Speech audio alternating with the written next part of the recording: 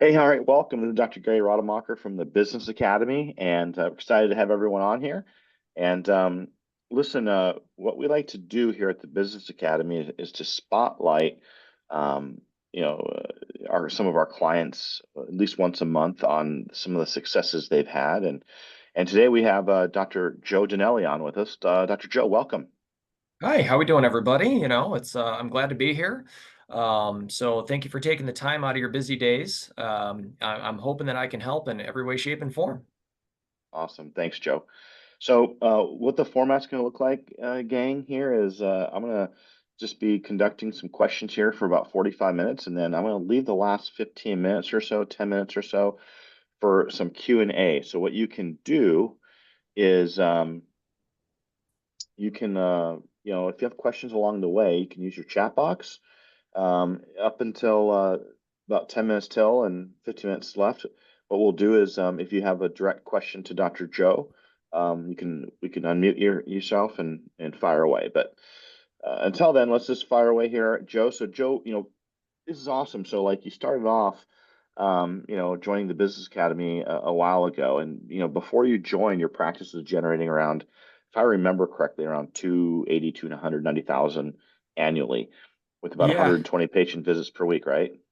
yeah, that's right. I took over from a existing provider that had been in practice for about 25 years, Hmm. and it was just out of school.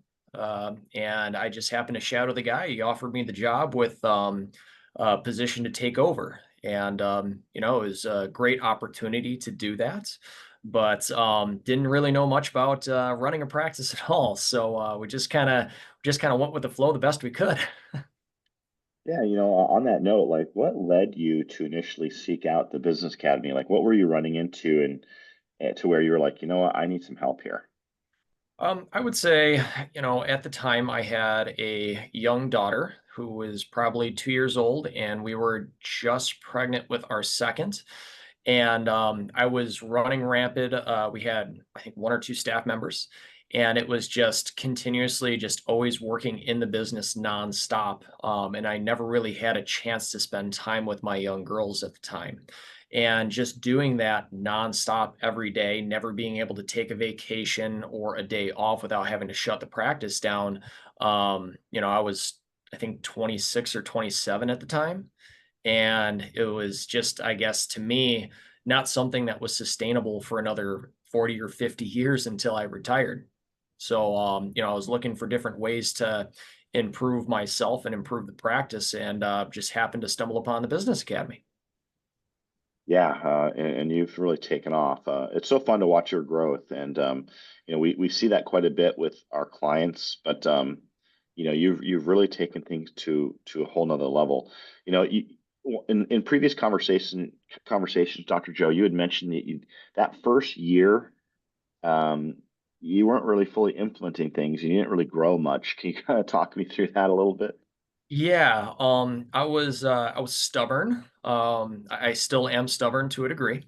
But yeah, it was hard to wrap my mind around just because I had a lot of other young grads that came out that I was tossing ideas back and forth, and my wife at the time was an RN. And she's like, that'll never work. Don't do that. So it was working against a lot of adversity when it comes to being told to do one thing while being instructed to do something else. So I was kind of fighting that for a good solid year before I finally, all right, I think I'm putting the investment here. I gotta really put the time and effort to seeing if this works. So yeah, that's when I finally kind of just, I guess, made that decision to start listening. We're glad that you did, Dr. Cho. Regarding just like specific Business Academy tools and training or the coaching programs that you did, what did you find most beneficial in those initial stages for you? Well, I think the biggest thing is the report of findings, master closer, just really getting patient education down.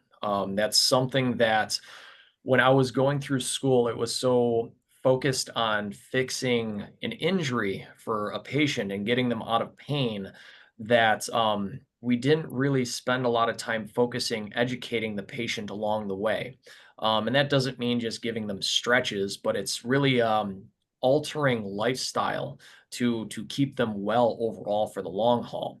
And when you really start getting those systems down of report of findings, master closer, how to deal with different handlings for patients that may be pushing back because they're used to the narrative of, okay, I'm only going to be treated because I hurt and nothing else, because that's what they've heard just from Western medicine for the most part.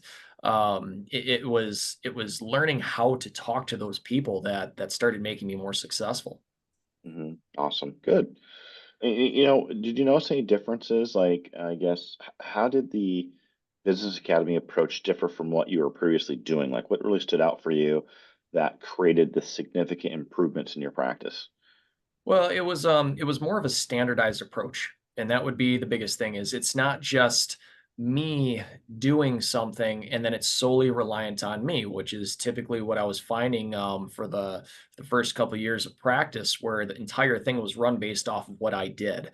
So it allowed me to take that data and give it to my other staff members so they can do things for me and free up my time to start either treating more patients and expand the office or start working more in like a management role to where I can start overseeing the clinics that we run today.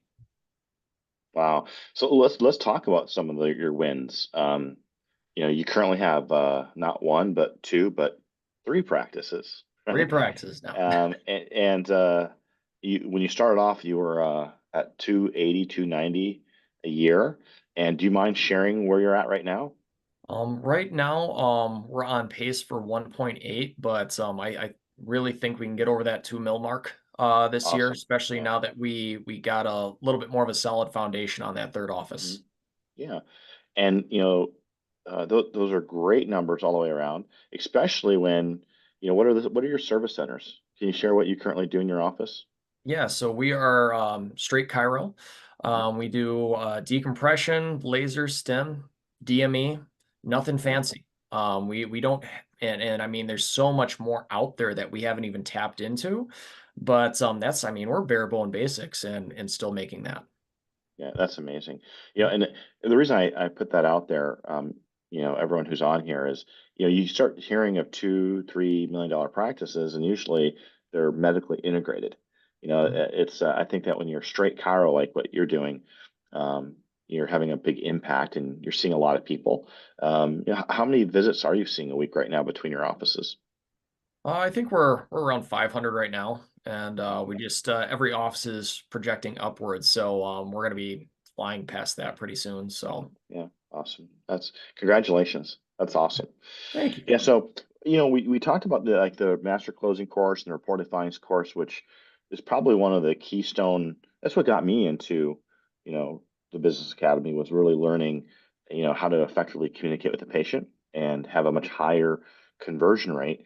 What other strategies or systems did you feel were critical for your expansion? Like for you to go from one to three offices, like is there anything that stands out? Because we have a lot of different, business classes and executive type like courses. Does anything stand out for you that was really one of those things that was an aha moment for you? Yeah, I mean, moving beyond just from the clinical side of things, getting into the management courses and executive courses. So, even just from the bare bone basics of management basics, just starting to change the mindset from just strictly a doctor to going to more of a business owner. So that way I know how to have those systems in place to make sure I have staff members that are running the show for me because as I'm expanding here and going to multiple offices, I mean, I could only go to so many places in a day. So I need those staff members to be able to do those things. And, I started taking some of those classes myself, got myself prepared on those. And then when I started getting, the staff members that I felt were qualified enough to take them, then I would start improving their knowledge and have them start going through these management courses so that way they can run each individual practice for me, whether I'm there or not. Yeah, that's really key. What I've seen with some of the many of the TBA clients who getting to that 7 digits plus in multiple offices is usually they are getting their staff involved with training. How has it been for you to have your office manager and your other staff members, like your front desk, train with the Business Academy? Oh, I mean, it's game changer from me because those are those little tendencies that, at this point now that I've been doing this long enough, I could sit at the front desk. They actually don't like me being around because I can hear everything that they're doing wrong in a day. Every time they take a phone call, I can kind of pick that up. But it allows me to catch those things, and then they can go and get that training. And just like you're training for anything else in life, it's that repetition, it's building that knowledge to make it muscle memory. So the more practice that these staff members get, the better they're going to be at replying to patients, obviously, and keeping them compliant. But now I'm not sitting there training them specifically, just going through drills every day to stay up on all of their communications with patients. I have somebody that can do that for me.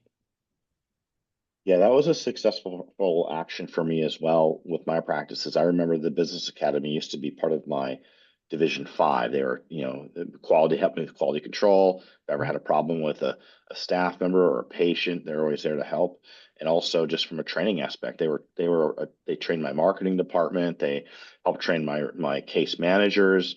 And so literally I use them as a tool, which is what you're doing, which has made my expansion easier. And it sounds like it's doing the same for you.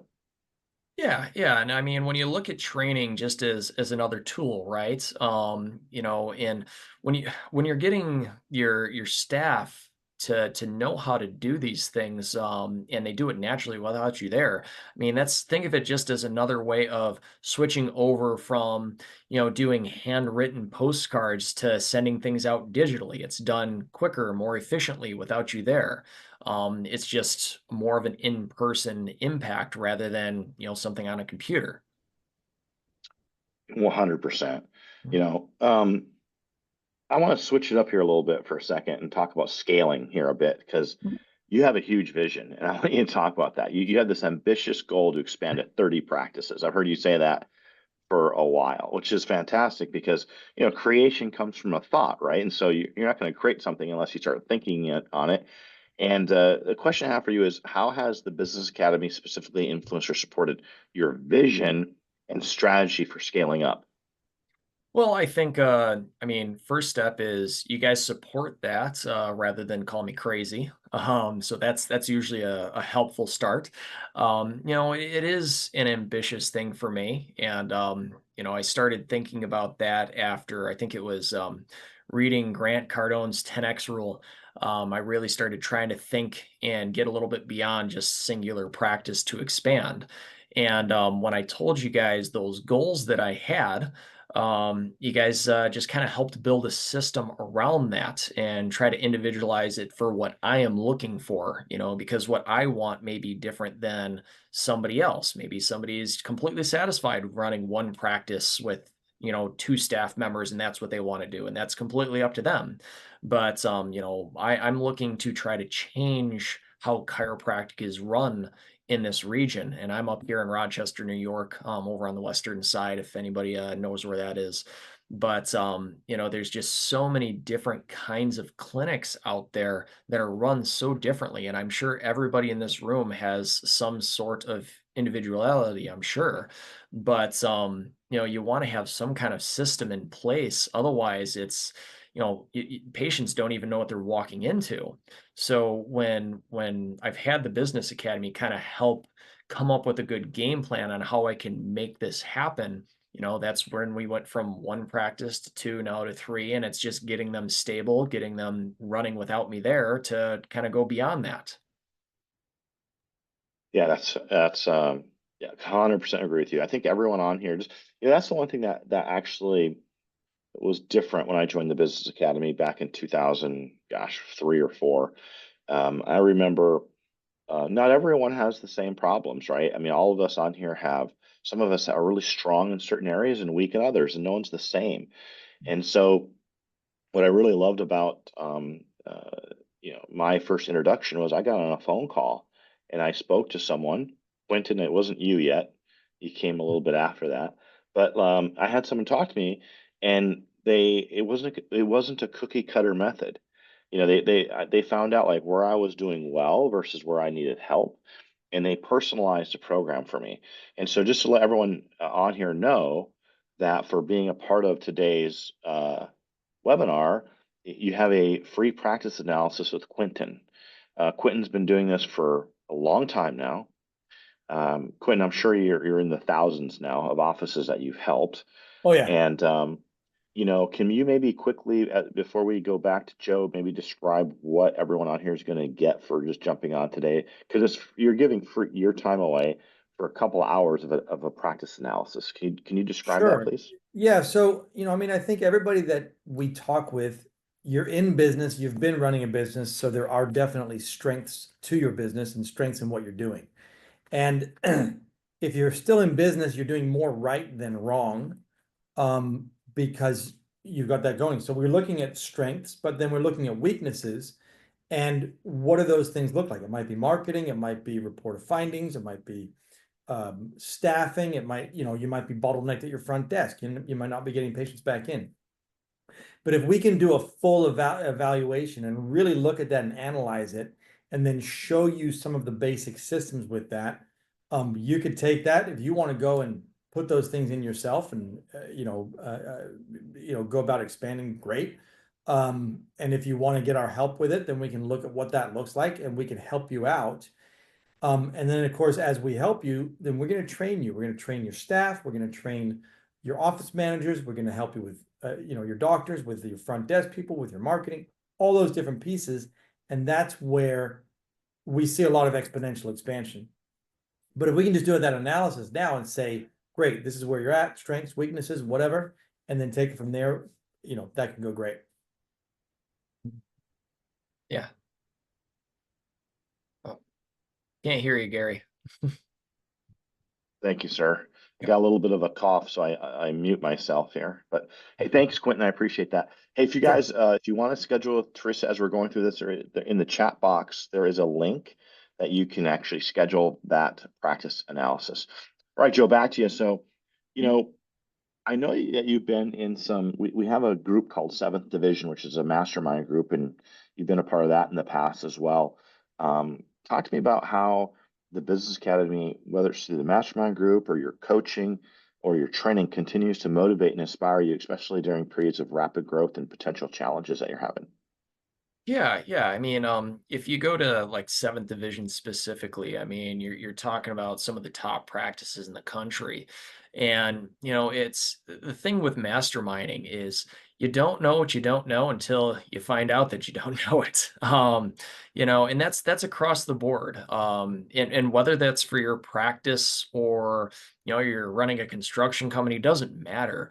Masterminding is so important because there's so many different things that people pick up throughout the way, that you would have never thought of without somebody just saying it sometimes. And that's when I go to these types of masterminds, I can tell you there's always like one or two things at the very least that I'm picking up just from another successful office that maybe I'm struggling with it and I haven't come up with a way to try to figure it out. Maybe it's because I'm too busy or I just haven't come up with that. And then another provider's like, "Oh yeah, we've been doing this all along, and it solved that problem 10 years ago." And then I'm usually frustrated for a couple days because I'm like, "Man, I wish I would have thought of that." But you go, you implement it, and you're like, "Oh man, that's one more problem solved off the bucket list of issues that I have." Yeah. But that's the biggest thing is you're working as a team, and when you're working with people that are like-minded, I mean, you accomplish so much more. 100%. Yeah.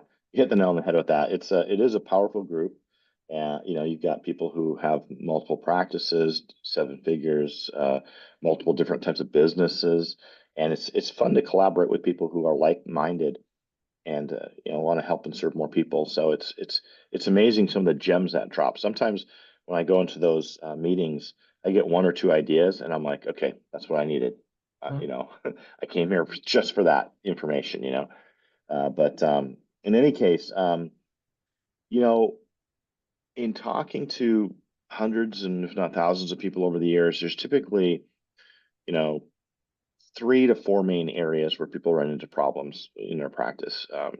It's the obvious stuff like new patients. If you can't get new patients in, um, it's hard to get anything off the ground. The next one is typically like conversions, like you mentioned in your reported findings process and the Business Academy, how it helped you there. And then the third is literally your organization itself. Like people run into problems of learning how to spread the workload out and not knowing when to hire and how to train, right? So I want to, from that perspective, I want to ask you a couple of questions. One is, how has the Business Academy helped you with your hiring? Because I know it's a big problem for a lot of people right now, in that they can't find people. It's costing more. I hear this a lot as well. This generation or these younger people, there's just the work ethic isn't there, right? So it's I get all kinds of stuff, right? But how has the Business Academy actually helped you with your hiring process? Because to have three practices, you got to hire capable people, and you can't be in all three places at once. So you got to have a team. So can Yeah, you speak to that, please? definitely. I think step number one that you guys really kind of taught me there is to always be looking for people. Even when you think you're set, always continue to look for people.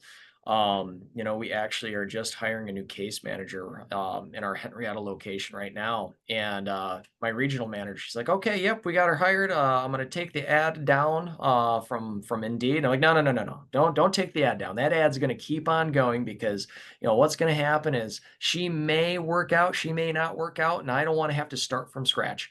Keep interviewing. Always be interviewing. Always look for Yeah, new people." yeah, That is probably one of the biggest takes right there that I pulled. But yeah, not just that is get them trained right away. Because what's going to help is when you have these people in the training room, they may pick up on maybe some fallacies of these individuals that you may have not seen going through the interview process, because we all know there's definitely individuals out there that put on a great show for you. They are great at interviews, but are horrible employees. So the sooner you catch that, the more that you can either build them up to make them successful in your office, or get them out of your office to go get the right person and not hold on to them for too long and then go through 2 to 3 months of training and then realizing that, oh man, okay, this wasn't the right person all along. So getting them in, getting them going on their trainings right away. I've had your guys' staff find out like, this probably isn't going to be the right person. And then it's like, okay, and just learning to trust that because you guys have seen enough people throughout these practices throughout the country, and learned enough to, okay, is this going to be a good staff member or not? And, I don't want to waste more of my time trying to get people on board because I need my practice to run efficiently. And I want good people there. And I don't want to waste time. It's time is money. And when I don't have the staff there, it's also that I can't see the amount of patients that I need to see because I don't have people doing all the ancillary things in the background. yeah. I couldn't have said that better. Always be hiring. It's and you know what the thing is when you run into someone who's potentially really good. We've always, I mean, I've heard the Business Academy talk about this for years. You find a good person who can work for you, hire them, you'll find a place for them because typically, um, most offices are understaffed for growth. And so, yeah. So let's talk about. So you had to hire associates, right? You can't be in all three locations. You had to hire Yeah. associates. I guess what was the a big takeaway from the Business Academy and hiring associates? Because some people have a hard time giving up the reins in their practice. Like if everyone on here doesn't think that they're the best chiropractor in the world, and you don't think that you can replace yourself. I was there. I didn't want to replace myself. It's like no one can do it better than me, right? But you've done it, so can you speak to that? Yeah, I would say the first time I had to replace myself or get an associate was the hardest for me, especially being the one that treated everybody. And I had to kind of give up the reins and allow somebody else to touch my patients. And it's, oh my God, what if they hurt them? What if they're not doing a good job? That all those things running in the back of my mind. So it was having that comfort of knowing that, okay, this is something that is going to propel me forward to reach the goals that I really need to. And you guys kind of had to handhold me a little bit through that process because, of course, it's the stubbornness that we talked about earlier, but it's getting through that fear, right? And when you have people like yourselves, they're kind of helping that process along the way. It's a little bit more comforting because it's being around people that have already seen it and have already done it, rather than just kind of taking the leap of faith on my own and hoping it's going to work. So it definitely helps having somebody there along the way. But I've done that a few times now with associates, and it's not just training those associates, but you guys have great vendors and people that you work with directly, where now I've started working with them to find individuals that match me and my personality and my goals. So that way I'm hiring the right person from the get-go. Because I can tell you, I have had associates that have not worked out, that put again on a great interview, and after 6 months, the vision was not the same. Somebody that wanted to sit in the room for 30 minutes, stretching people, but then wanted to make 6 figures. I couldn't pay them enough to make them happy, especially for things that you can't really either bill out for or bill out enough to make that kind of salary. So, you guys have kind of led me to even different vendors, just partnering with people to get the right staff on board, and we're finally got a solid crew. Yeah, that's awesome. Yeah, congratulations again. That's fantastic. So regarding, well, let's talk about getting patients in the door. We've always recommended, hey, you should have 8 to 10 different ways of getting new patients in. What are some of the things you've implemented in your practice? Because you got to bring in quite a few new people to sustain 3 offices. What do you currently do to bring in new patients for yourself? I would say digitally, we use Facebook, we use Google. We were doing mailers for a while. We slowed down on that a little bit. We actually, just as of the past few weeks, have hired a full-time marketer now. That is something Great. that I took from some of the 7th division members, that some of the biggest practices, they have those full-time marketers. And just having boots on the ground that are going to go out to events, or your local chamber, or your attorneys, just somebody that can go and do that for you. I mean, that's we're just getting into that, but I really believe is going to be a game changer. And I've been you know kind of chomping at the bit at that for a little while. It is an expense. And I know that was one thing that kind of held me back for a long time, is putting that extra investment in. But again, nobody in this room will make money or improve on what they're doing without investing somehow. And I don't care whether it's a retirement plan, I don't care if it's training, but you got to invest. And that's one of those things that we had to invest into, is these marketing avenues. And yes, it's scary to spend money, but you have to spend money to make money. I mean, think of it as everybody in this room has some kind of therapy in their office. I'm sure that they have invested thousands of dollars into. You're not doing everything with just your hands, I'm sure. So you gotta kind of take that leap, as long as it gives a good ROI. It's totally worth it, and marketing is one of them. And you guys have helped me kind of get pointed in directions on where to go, what to do, for those types of things, and it's slowly paying off. That's you really okay. Just in that response, it brought up 2 or 3 things for me. One is hiring a marketer. I can tell you, for me, I'm really excited for you, because for me, when I hired a marketer and I started doing like events, which I think is a great opportunity right now. I know that for some of you on here, you might be thinking, "Oh my God, I don't want to go back to doing events," but it is wide open right now. And what I used to do is, the Business Academy has a nonprofit organization that was started by the Business Academy, called Doctors for Health and Wellness. And I used to use that nonprofit to get into companies and corporations really easy. And that was one of the things that catapulted me from 100 visits a week to 600 visits a week in just a couple of years in one location, when I first started. And so I'm excited for you to actually have a marketing person and get them trained up, and with the Business Academy, because once you put a statistic on them, which that brought up my next thought. is like, how do you know if it's a good investment or not, right? It's like you put a statistic on it, you put a metric on it, and you measure it, and you see what kind of return you get back. I had a question for you regarding that just there, the metrics. Like, how did you implement some of the managing by statistics that is taught that has helped you with your growth? Because I know you manage by statistics. I mean, you don't go from 1 to 3 offices without doing that. And so, what are some of the metrics that you follow that you learned that you use on a daily? Well, I can tell you, the basic platform that you guys kind of introduce is that briefcase, right? And is we use that briefcase on a daily basis. It's keeping track of, patient visits, our patient show percentage, our new patients, our qualified new patients, the day twos, how often they're showing up, how many people are signing, the value at which those appointments are, where the new patients are coming from, the zip codes that they're coming from.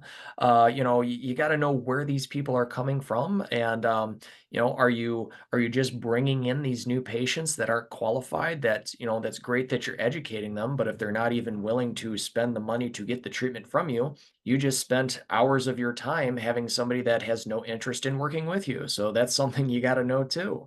But these statistics that we use, they allow us to not really run the office on emotion, and that's the biggest thing. And you can see this regardless of industry is, maybe there's a staff member that's you just love and you're really close to, and they're the nicest person in the whole wide world. And you're like, oh, I can never hurt Betty. I don't know. She's a great person.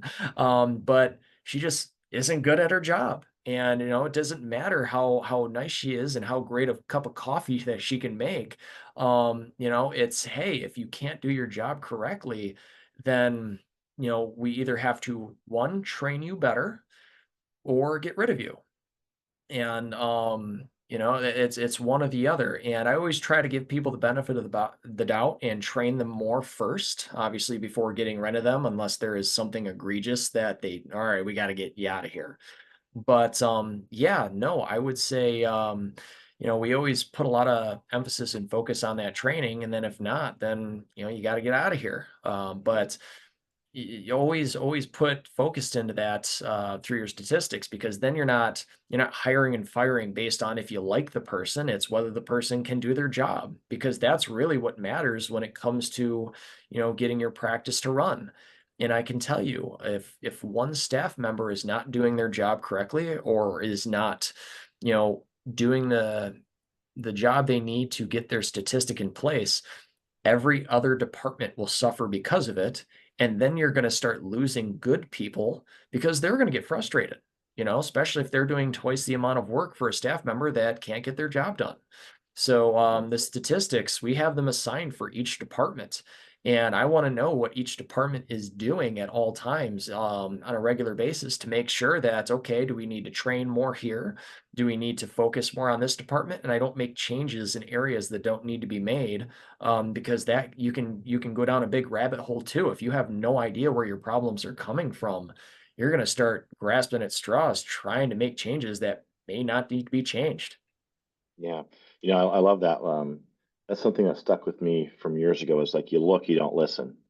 You Mhm. look, don't listen, and that always referred. I always referred that to, you look at statistics, you manage by statistics. Someone's either doing, a good job, they're doing better, or they're not, and you apply conditions appropriately so that you can actually help. You put their attention on the right things, and you've done a really good job at that, or else you wouldn't have 3 offices. And one thing I want to talk about too regarding that is, like, you've gone from, 1 office to 3, and you've had to have put some time into really organizing and actually writing up positions. Like, you have to spend time on policies and procedures, and having course packs written up for your staff so that you can expand, right? That's what makes it duplicatable. Talk to me about that process and how the Business Academy helped you with that. Oh man, we have so many standard operating procedures. It's ridiculous, but you got to have them in place. It's when you get these departments and positions ready. It's not just learning the material, but it's being able to replicate it. And with your guys' help, we've been able to come up with these specific policies and procedures per hat or per department. So that way, if an employee leaves, or if somebody needs more training, or somebody that's been doing it for years, maybe they're all of a sudden their stats start kind of falling down a little bit. Okay, well, are you following procedures and policies the way you're supposed to, or are you trying to take shortcuts? And you can just have them retrain on that. But I mean, we have countless amounts of SOPs that we've written over the years with you guys to standardize each department. So that way, when we do have somebody new come on, we're not starting from scratch all over again. Yeah, totally. Um, okay, so man, I would say that you've taken a lot of the courses. I don't think you may have a few more you have to take. I'm not sure. Have you completed all of them, or are you have a Oh, few there there's, sitting there? I think there's always something sitting there. There's always something there. Brenda will be calling you after this call, by the way. Yeah, I can only imagine. Yeah. Savannah might call you too. They might team up on you. But that is the one thing that we've noticed with offices that continually grow is that they're always continually working on themselves. The like the whole be do have, like your beingness is different now than it was when you first joined the business academy, right? Like beingness being like who you were as a chiropractor. Like you thought a certain way, you did things a certain way, and now you fast forward several years, you're a different chiropractor. Would you agree with that? Like you think differently, you operate differently, your beingness is different, right?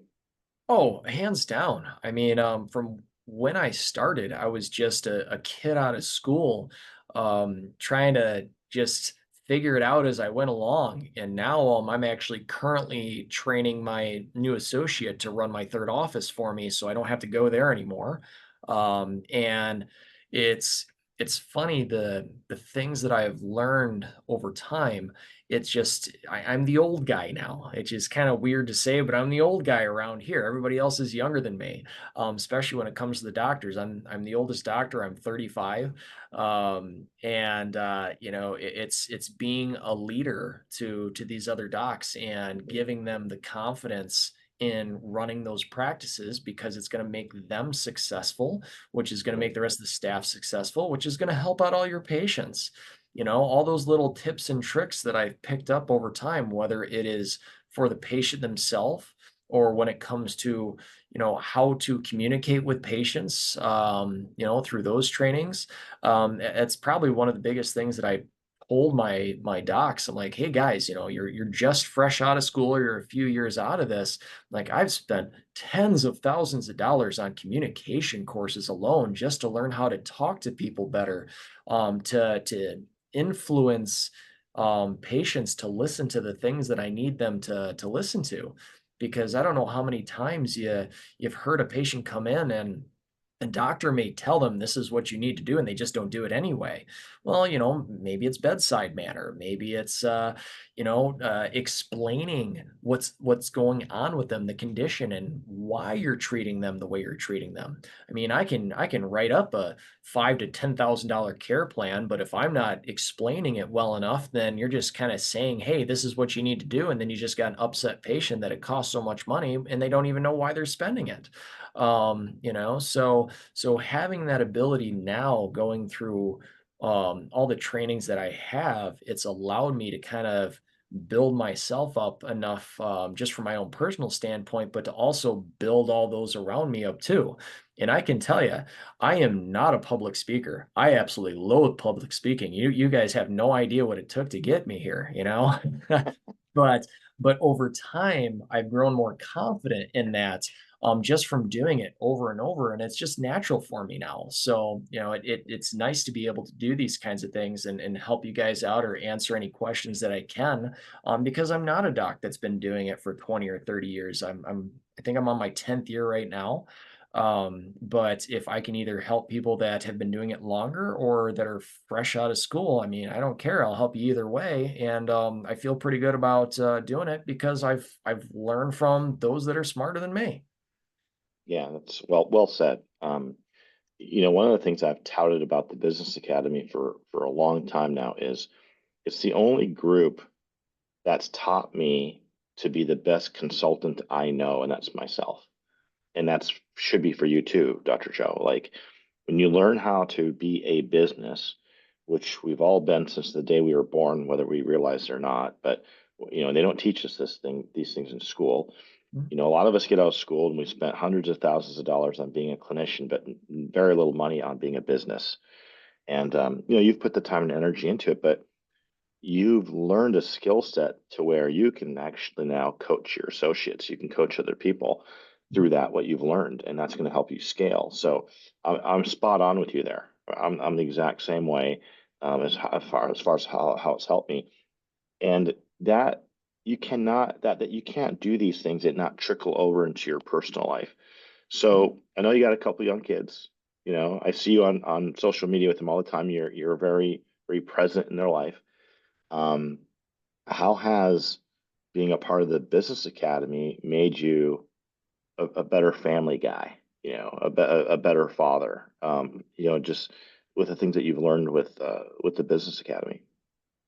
Well, I think it's allowed me to set my kids up for success. I mean, we all grow up kind of wondering, okay, where is that wonderful manual on how to raise kids, right? Where is that thing? And I'm still waiting to find it, but we all have to come up with our own methods, right? And it's being able to come up with ways to manage schedules. When I have kids that are running from sports to sports to sports, or I got a stepson that's got his permit. He's about to get his license, so it's trying to train him how to drive so he doesn't kill anybody. It's so many different things to manage, and then you have the communication skills to be able to talk with them. Because I have right now, my two are 7 and 10, and my stepkids are 14 and 17. So it's a very wide distribution of ages. So being able to communicate with each age group differently to set them each up for success, I mean, is huge. And it's, I set those systems up in a way to where I can run my household efficiently, because otherwise it is a madhouse. And you're ready to pull your hair out. I don't even have hair to pull out anymore, so it's, I just try to make do with what I got. But it's those things that I've picked up over time that can help me help my family, and set up my kids for success in the long run. Yeah, I agree. I remember teaching there's a courses I took with the Business Academy on learning how to learn, and I remember to having my kids go through that, and I remember they were probably like a little older than your kids, and I had them go through some of these courses, and man, they did great through school. I've got a nurse in my family now. I've got a lawyer, and they didn't have to work as hard. Like when they learned how to study, things just came so much easier for them. And anyway, I would take advantage of that if you haven't done that, Dr. Joe. Yeah, no, definitely, definitely. And they're each their own individual person. It's funny because with my stepkids, they've come in a little bit later in life. But yeah, my 17-year-old just found out that his dreams of being a rock star and traveling the US in a band is probably not gonna work out. But now we've worked into discussing, okay, how about being a business owner? And now he's Yeah. looking at running a business that he can have like a band apparel and stick with music. And that's kind of his passion now that he wants Mhm. to go into, just because he loves music so much. But now Yeah. it's funny because I get to teach him the things that I have learned on how to run a business and Mhm. become successful in something like that. So he has a better chance, because as we all know, most businesses don't last very long, especially nowadays. So if I can set him up for success right from the get-go, I mean, that's huge. It really is. And one of the great things about the Business Academy is it doesn't matter what business you're in. These are all systems and tools you can use for any business. And so it's funny when you get into that Division 7 group of all these little projects and other businesses that some of the gang have started, and they are successful with them. It doesn't matter what it is, which is really, really cool. You know, before I'm going to ask you one more question, Dr. Joe, then we're going to open it up for questions. Um, and it's this. Do you have any final advice or insights about the Business Academy you'd like to share with everyone else who's on here right now, who are aspiring to, grow their practices and become more capable CEOs and help more people? I would say, don't be scared to make the leap, and that's, I would say the biggest thing that held me back for the longest time and still does from time to time is fear. It's being concerned about, okay, well, what if, what if, what if? I mean, life is a what if. But if I'm gonna do something, I want to invest in something that's going to give me knowledge and something that I can build on. And I would say to any one of you, treat this as an investment.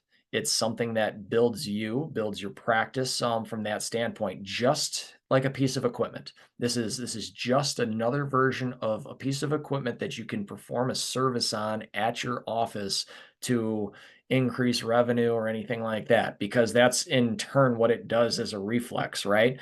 If you can make your office run from a standard approach, you can see more patients, you can use that equipment more, but also not be bogged down by always being there unless you want to. I mean, obviously, right? But it gives you that freedom to then expand and do more things and try other things, get into the hobbies that you want to do. So I would say that is probably the biggest thing, is probably the first lesson I ever learned through the Business Academy is just, just jump in and do it, because it worked out for me.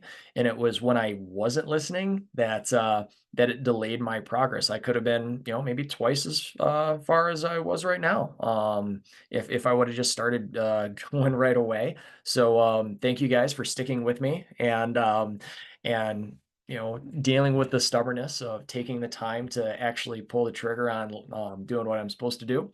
But yeah, that would be probably my biggest send off to anybody that's kind of questioning what they should and shouldn't do.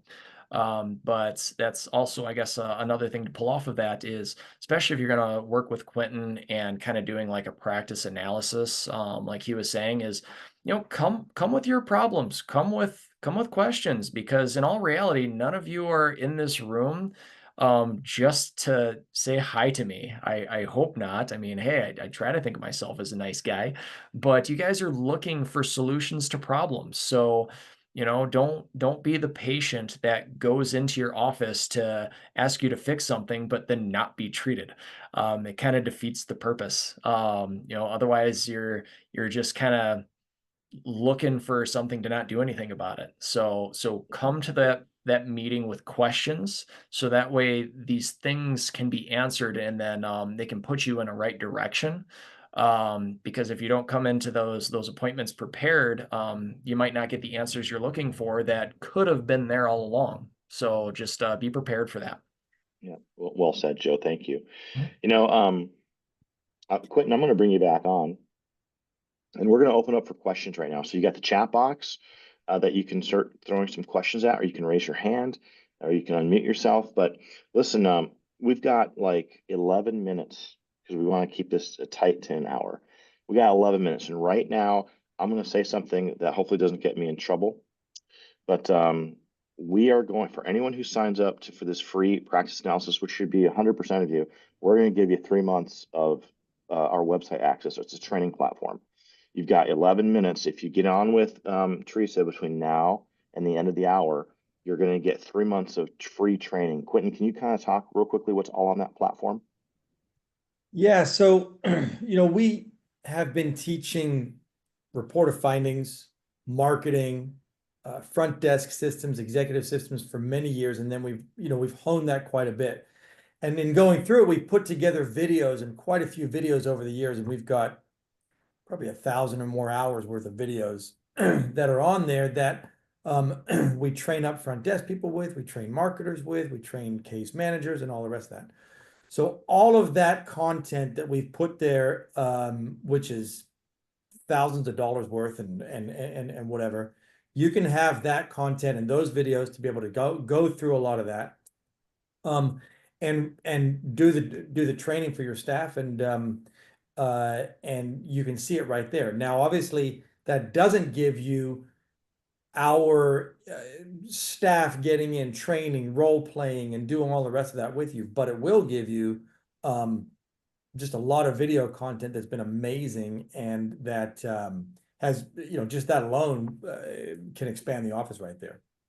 Yeah, So, this doesn't replace anything that you're going to get from the practice analysis or what you'd get from working with us, but it does give you some really good insight from front desk systems, marketing, closing, how to communicate with the patient. There's all kinds of different things on that platform. So you guys got we're down to 9 minutes to click on that practice analysis button.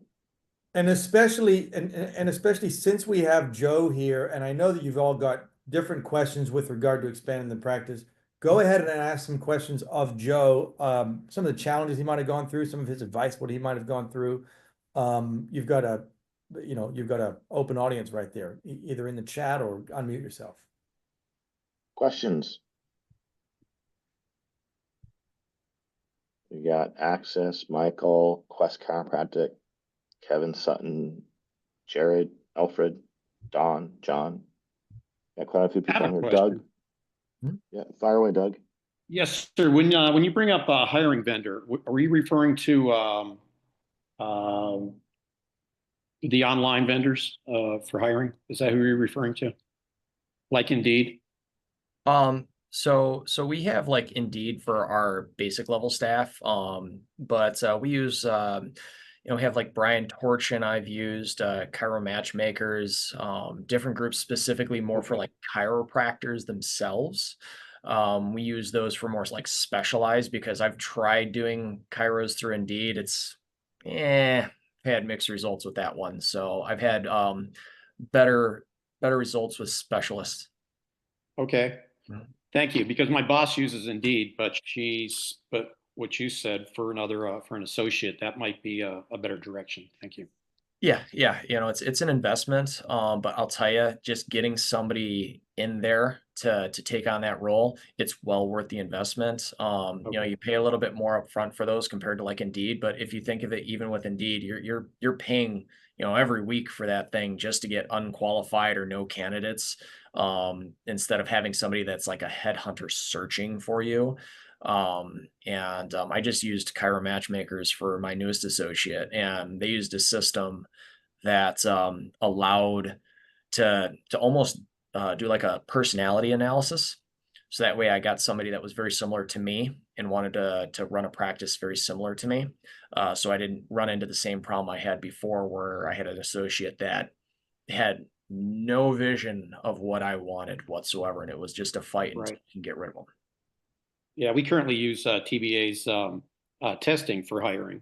Yep. But I see what you're doing there as well for say like an associate. So, and by the way, your speaking is very good. You're doing well. Oh, thank you. I appreciate that. Yeah, Doug, we typically use either and we can get you some of these vendors, either Brian Torchin, HCRC, Chiro Matchmakers, or also high-end hiring, especially for providers. And those companies will even do any staff for you, but typically the majority of the staff you can get through Indeed or whatever, and then you want to just go with a recruiter and then just put it out on multiple sources for one of the providers you're looking to bring in.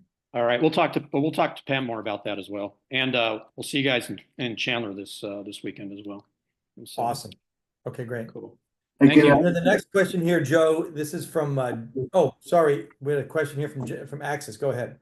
Yeah, hey, good afternoon. My name is Scott. I'm at Access Medical Center here with Dr. C. This question is for Dr. Joe.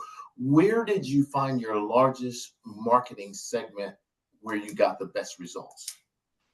I think so far, I have been using proactive marketing. That was actually recommended by another TBA member. I had no idea this place existed until she had told me, and we started using that. And I'll tell you, you get a little bit colder leads when it comes to online marketing because you don't have that in-person connection, but just the pure volume definitely helps. And we continuously always are calling these people right away. So that way they're not just sitting there for days or weeks, either feeling better so they don't need to come in or questioning the fact that they clicked on something, even though, again, they clicked on it because they had a problem. But I've had some pretty good results with that so far. Thank you very much for your answer, sir. Mm-hmm. Awesome. Hey, we got another question from Jamie. I believe it's Jamie. Do you pay the marketing person a regular salary or through commission, Joe? So this can be done a few different ways. Some people get a salary, and then they have commission based on top of that for how many patients that you bring in. Me personally, we got a kind of a higher end marketer. This lady actually created a whole branding deck for us. I mean, she actually has certificates from like Harvard for running the marketing department. So with her, I actually hired her as an independent contractor, and we hired her as an actual contract for a certain length of time, and have it all the expectations for what she is expected to do along the way written down in that contract. Awesome. Good. I know other, usually what we do is we do like a base pay. We recommend base pay and some form of commission structure is your typical marketing person, and you bonus them out based on their production, and that usually works very, very well. Mhm.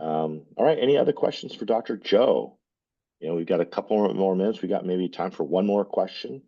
Any other questions? While you guys are pondering that, remember to click that link and schedule Teresa for your practice analysis. You have nothing to lose on that, gang. If you're having any types of problems with your office, bring your problems. Quentin can help map things out for you. And if you choose to work with us, great. If you don't, that's fine. You get the data. Just get the data. Like what would someone do? Like with Quentin, this has helped thousands of people. And what would he recommend based on what you have going on? And I can guarantee you he's helped thousands of people, so it's well worth your time. So any last questions? We'll be able to listen or watch the webinar. Is there a link for this? Will there be a link for a recording to this, Quentin? We are recording the webinar, and we will be able to send that out to you. So absolutely, you can have that. Yeah, just Teresa will be able to get those out to anybody that wants a recording on the webinar for sure. Yeah, and I mean, this is completely up to you guys too. I know before, if anybody wants to speak to me directly, I have no problem answering more questions over the phone or anything like that. If you don't want to ask in the big room here, I have no problem giving my individualized approach on things. I'm not a biased person. I tell you exactly how it is. I'll tell you what works and what doesn't work. But the biggest thing for me is I wouldn't be where I'm at today or as successful as I am today without having kind of this training approach, because I would still probably be figuring it out. Or even if I did, I probably would have just started to get it done, 10 years later, and that's 10 years off my life that I would have just started getting things going. But I would look at just from the investment from training. I would say it's probably given me a return of, oh God, I would say maybe 20 to 30 times almost per year since I started, just because of the amount that we've improved. So it's kind of, again, that's the best comparison that I can use. If you go and buy a piece of equipment for, I don't know, 10 grand, you don't buy it expecting to just make 10 grand back. You expect it to last the long haul and maybe make $1 million off of it over the course of its run. So that's really what it is. You still got to invest in it to make that money, but eventually it'll get you there. But you just got to kind of take the step to go and do it in the first place. And, I would say training is the exact same way as that. Awesome. Absolutely. Well, thank you. Thanks a lot for that, Joe. And thanks for your offer. So if you ask me, or if you wanted to get on with Dr. Joe, I can certainly set you up, get you his number and all the rest of that.